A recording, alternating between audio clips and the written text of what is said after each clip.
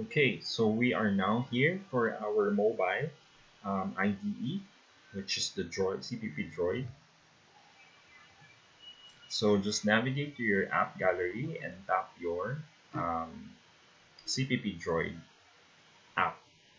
So before you start, you need to click these three buttons here to have your project. Tap the project, tap new, and just put here your name and create C++ project. So if it's already exists, so mine is already existing, so I have to put some numbers for that and just have this red one, that CPP, on your project. So after um, having the project, you can now try to plug in or encode the code that is also present in our um, code blocks and dev CPP sample.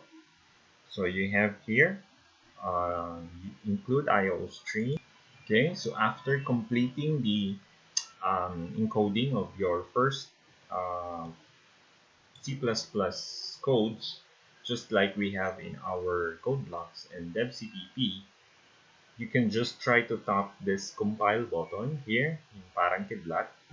So to compile, and then after compiling, just click the play button or the run button. So you will have your output here, hello world, just like in our C++ code blocks and dev C++. So okay, so that is for the three different IDEs you can use for our program.